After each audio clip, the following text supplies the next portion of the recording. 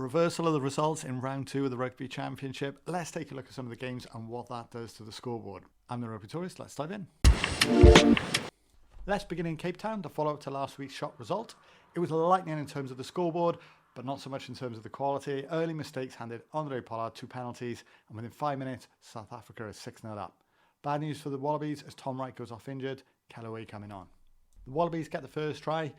Nick White takes a quick tap after a scrum free kick on the box 22. Sharp play out to Corey Toole. Finish while James O'Connor adds the extras, and suddenly Australia lead 7-6. But it didn't last too long.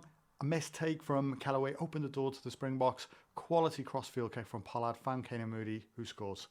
Boks had their noses in front, and at this point in the game, looked a bit frantic, full of opportunities with errors creeping in. It did then start to go all a bit flat. Both sides guilty of mistakes, neither taking control, and the Mexican wave going around the stands. It's a Springboks who break the stalemate. Jesse Carril going through the centre, powerful surge from Oxen Che, and finally Huega Smith finishing off the move. Pollard's boot made it 20-7. The Wallabies do manage to claw 3 before half-time, making it 20-10 at the break. More disruption for the Wallabies at half-time. Suali'i doesn't return after failing a HIA, and replacement Tane Edmund comes on. Not a great start for him as he kicks out on the full. However, it is the Wallabies who managed to strike first after half-time. A great kick through from O'Connor, gathered by Max Jorgensen, who dots it down to make it 20-17, and it looks wide open. But the Wallabies can't follow up. Offside gives Pollard another shot at goal in the 56th minute, 23-17. Penga Mosa does power over, giving more hope, but O'Connor misses the extras, leaving it 23-22. Finally, the Springboks do take a bit of control. Forwards and the heavyweights come in, get good phase play, and Ebenezer Beth puts it down for a decisive try. Pollard converts, and it's South Africa that close it out. For me, it was a scrappy, stop-start kind of game, dominated by errors on both sides. The Wallabies looked promising in moments, but they were undermined by their replacements. I think they couldn't get that cohesion, the momentum they were able to achieve last week in the second half. The Springboks weren't the sharpest either. Sometimes it seemed like overplaying, but in the end their experience told. Pollard, Colby, these players seemed to have an effect, and they saw out the win. Now over to Los Pumas and All Blacks in Buenos Aires. First 10 minutes, offsides and injuries. Both sides giving away penalties for offside. Both sides having injuries with Albones coming off and Santiago Carreras coming on. Cortez Ratama going off injured with Finlay Christie coming on at scrum half for the All Blacks. It wasn't until the 20th minute the All Blacks struck first, ball in hand. It was built on strong play. Jordan Bodie-Barrett, Rico Ioane all involved. Billy Proctor finishing the line, but it was all orchestrated well by Finlay Christie, and it felt like New Zealand was starting to click. 8-6 to the All Blacks. Soon after, Los Pumas were pinged for coming in at the side.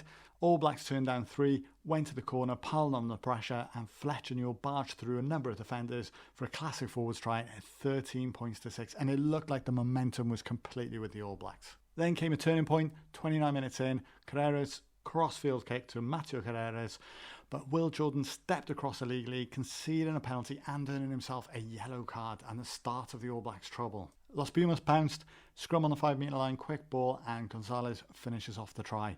With the conversion, it was 13-all, but it was more trouble for the All Blacks as Vai got yellow carded for a deliberate knockdown on the ball, and the All Blacks are down to 13 players. Given the advantage, you'd have thought that Los Pumas would get more, but they couldn't manage to add any more points, and at half-time is 13 apiece. In fact, it wasn't until the All Blacks were back at 15 that Pumas got another 3 points for another offside, and a few minutes later got up to 19 points to 13.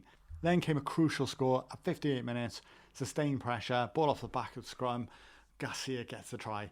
Carreras converts and it's 26-13. Tauki Aho gives the All Blacks hope at 67 minutes with a pushover from a line-out drive. Damien McKenzie adds the extras and it was 26-20.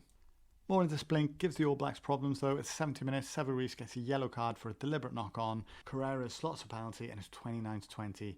McKenzie did get a late penalty on the 80th minute, but it was all too late for the win and they settled for the bonus point, 29-23. Los Pumas came out with more energy this week, a clear plan. Most crucially for me, they kicked less than last week, and when they did, it was more effective. They held onto the ball, they seemed to get more possession, and they seemed to get a better play around the park. For the All Blacks, I think Scott Robinson made it really clear. He felt it was all about the 3 yellow cards. Their ill discipline cost them this game. There is no doubt. The offsides, yellow cards, constantly having these problems just undermine any attempt to build momentum into the game. The biggest positive for the All Blacks, I think, was Finlay Christie, who came on and looked super sharp in the game. But overall, more questions than answers for New Zealand, and for Argentina, a famous win. Let's take a look at the standings. The All Blacks take top slot despite their problems. The Wallabies are in second place, and you've got to be happy with that, having done a tour out to South Africa. The Springboks themselves will be disappointed with third, and now going into a set of matches against the All Blacks with some questions about what kind of team they're going to play. Finally, it's the Pumas at fourth. They'll be delighted with that win, but if they're going to get that consistency, they need to go out to Australia and start performing and get some wins. But what are your thoughts? Are you happy or disappointed with your side's performance?